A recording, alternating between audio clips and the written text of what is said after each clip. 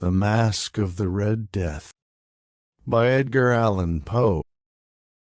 The Red Death had long devastated the country. No pestilence had ever been so fatal or so hideous. Blood was its avatar and its seal, the redness and the horror of blood.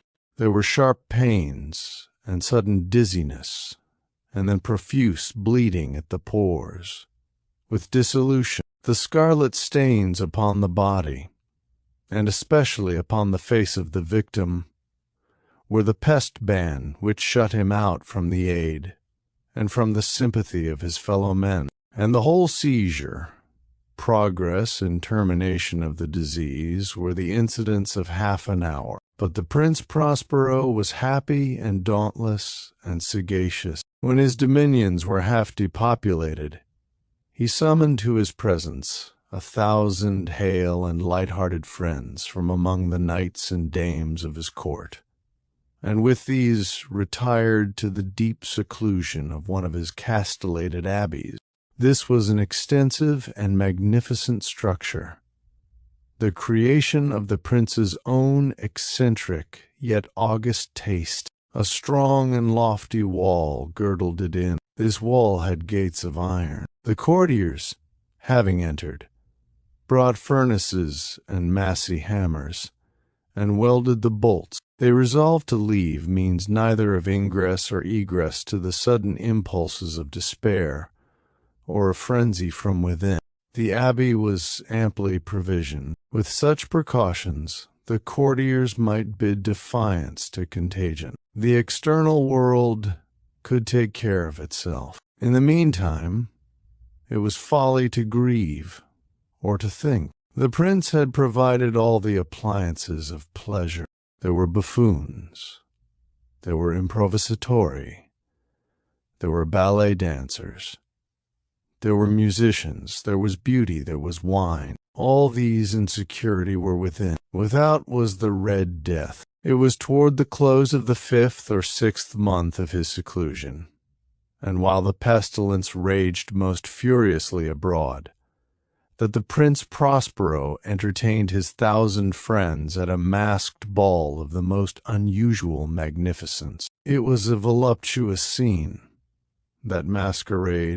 But first, let me tell of the rooms in which it was held. There were 7, an imperial suite. In many palaces, however, such suites form a long and straight vista, while the folding doors slide back nearly to the walls on either hand, so that the view of the whole extent is scarcely impeded. Here the case was very different, as might have been expected from the Duke's love of the bizarre. The apartments were so irregularly disposed that the vision embraced but little more than one at a time.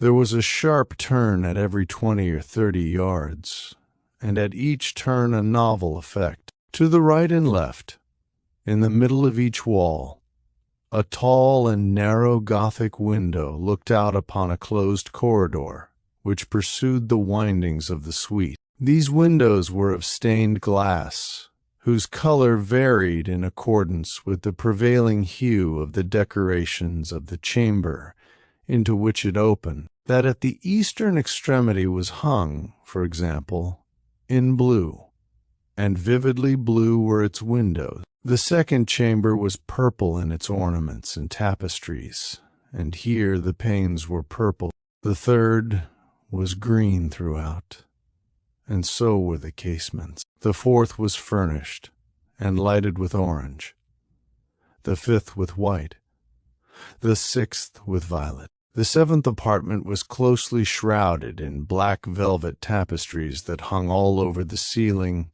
and down the walls, falling in heavy folds upon a carpet of the same material and hue. But in this chamber only, the color of the windows failed to correspond with the decorations. The panes here were scarlet, a deep blood color. Now in no one of the 7 apartments was there any lamp or candelabrum, amid the profusion of golden ornaments that lay scattered to and fro, or depended from the roof. There was no light of any kind emanating from lamp or candle within the suite of chambers, but in the corridors that followed the suite there stood, opposite to each window, a heavy tripod, bearing a brazier of fire that projected its rays through the tinted glass, and so glaringly illumined the room. And thus were produced a multitude of gaudy and fantastic appearances. But in the western or black chamber, the effect of the firelight that streamed upon the dark hangings through the blood-tinted panes was ghastly in the extreme, and produced so wild a look upon the countenances of those who entered, that there were few of the company bold enough to set foot within its precincts at all. It was in this apartment, also, that there stood against the western wall a gigantic clock of ebony. Its pendulum swung to and fro with a dull, heavy, monotonous clang, and when the minute hand made the circuit of the face, and the hour was to be stricken, there came from the brazen lungs of the clock a sound which was clear and loud and deep and exceedingly musical, but of so peculiar a note and emphasis that, at each lapse of an hour, the musicians of the orchestra were constrained to pause momentarily in their performance, to hearken to the sound, and thus the waltzers perforce ceased their evolutions, and there was a brief disconcert of the whole gay company. And, while the chimes of the clock yet rang, it was observed that the giddiest grew pale, and the more aged and sedate passed their hands over their brows as if in confused reverie or meditation. But when the echoes had fully ceased, a light laughter at once pervaded the assembly. The musicians looked at each other and smiled as if at their own nervousness and folly, and made whispering vows, each to the other, that the next chiming of the clock should produce in them no similar emotion. And then, after the lapse of 60 minutes, which embrace 3,600 seconds of the time that flies, there came yet another chiming of the clock. And then with the same disconcert and tremulousness and meditation as before. But, in spite of these things, it was a gay and magnificent revel. The tastes of the Duke were peculiar. He had a fine eye for colors and effects. He disregarded the decora of mere fashion. His plans were bold and fiery, and his conceptions glowed with barbaric luster. There are some who would have thought him mad. His followers felt that he was not. It was necessary to hear and see and touch him to be sure that he was not. He had directed, in great part, the movable embellishments of the 7 chambers, upon occasion of this great fete, and it was his own guiding taste which had given character to the masqueraders. Be sure they were grotesque. There were much glare, and glitter, and piquancy, and phantasm, much of what has been since seen in Hernani. There were arabesque figures with unsuited limbs and appointments. There were delirious fancies, such as the madman fashions. There was much of the beautiful, much of the wanton, much of the bizarre, something of the terrible, and not a little of that which might have excited disgust. To and fro in the 7 chambers there stalked, in fact, a multitude of dreams, and these, the dreams, writhed in and about, taking hue from the rooms, and causing the wild music of the orchestra to seem as the echo of their steps. And anon, there strikes the ebony clock which stands in the hall of the velvet, and then for a moment all is still, and all is silent, save the voice of the clock. The dreams are stiff frozen as they stand, but the echoes of the chime die away. They have endured but an instant, and a light, half-subdued laughter floats after them as they depart. And now again the music swells, and the dreams live, and writhe to and fro more merrily than ever, taking hue from the many-tinted windows through which streamed the rays from the tripods. But to the chamber which lies most westwardly of the seven, there are now none of the maskers who venture, for the night is waning away, and there flows a ruddier light through the blood-colored panes, and the blackness of the sable drapery appalls, and to him whose foot falls upon the sable carpet, there comes from the near clock of ebony a muffled peal more solemnly emphatic than any which reaches their ears, who indulge in the more remote gaieties of the other apartments. But these other apartments were densely crowded, and in them beat feverishly the heart of life, and the revel went whirlingly on, until at length there commenced the sounding of midnight upon the clock, and then the music ceased, as I have told, and the evolutions of the waltzers were quieted, and there was an uneasy cessation of all things as before. But now there were 12 strokes to be sounded by the bell of the clock, and thus it happened, perhaps, that more of thought crept, with more of time, into the meditations of the thoughtful among those who revelled. And thus, too, it happened, perhaps, that before the last echoes of the last chime had utterly sunk into silence, there were many individuals in the crowd who had found leisure to become aware of the presence of a masked figure which had arrested the attention of no single individual before. And the rumor of this new presence having spread itself whisperingly around, there arose at length from the whole company a buzz, or murmur, expressive of disapprobation and surprise, then, finally, of terror, of horror, and of disgust. In an assembly of phantasms such as I have painted, it may well be supposed that no ordinary appearance could have excited such sensation. In truth, the masquerade license of the night was nearly unlimited, but the figure in question had out-Heroded Herod, and gone beyond the bounds of even the prince's indefinite decorum. There are chords in the hearts of the most reckless which cannot be touched without emotion. Even with the utterly lost, to whom life and death are equally jests, there are matters of which no jest can be made. The whole company, indeed, seemed now deeply to feel that in the costume and bearing of the stranger neither wit nor propriety existed.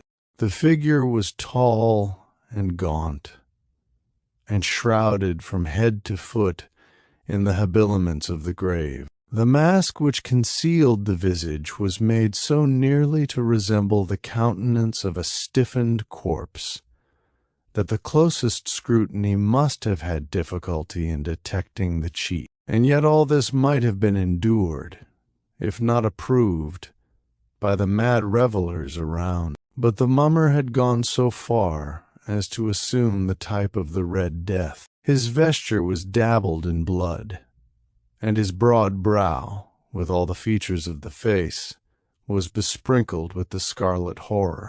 When the eyes of Prince Prospero fell upon this spectral image, which with a slow and solemn movement, as if more fully to sustain its role, stalked to and fro among the waltzers, he was seen to be convulsed, in the first moment with a strong shudder either of terror or distaste, but in the next, his brow reddened with rage. "Who dares?" he demanded hoarsely of the courtiers who stood near him. "Who dares insult us with this blasphemous mockery? Seize him and unmask him, that we may know whom we have to hang at sunrise."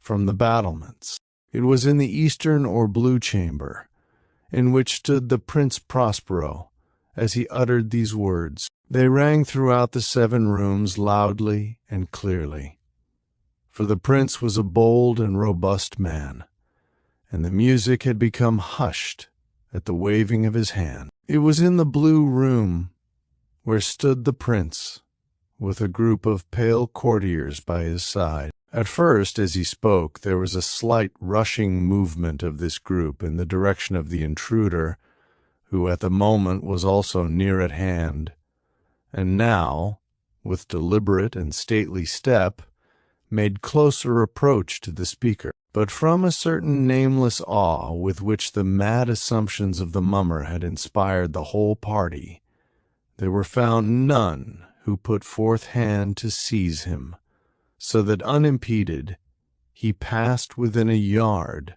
of the prince's person. And while the vast assembly, as if with one impulse, shrank from the centers of the rooms to the walls, he made his way uninterruptedly, but with the same solemn and measured step which had distinguished him from the first, through the blue chamber to the purple, through the purple to the green, through the green to the orange, through this again to the white, and even thence to the violet, ere a decided movement had been made to arrest him. It was then, however, that the Prince Prospero, maddening with rage and the shame of his own momentary cowardice, rushed hurriedly through the 6 chambers, while none followed him on account of a deadly terror that had seized upon all. He bore aloft a drawn dagger, and had approached,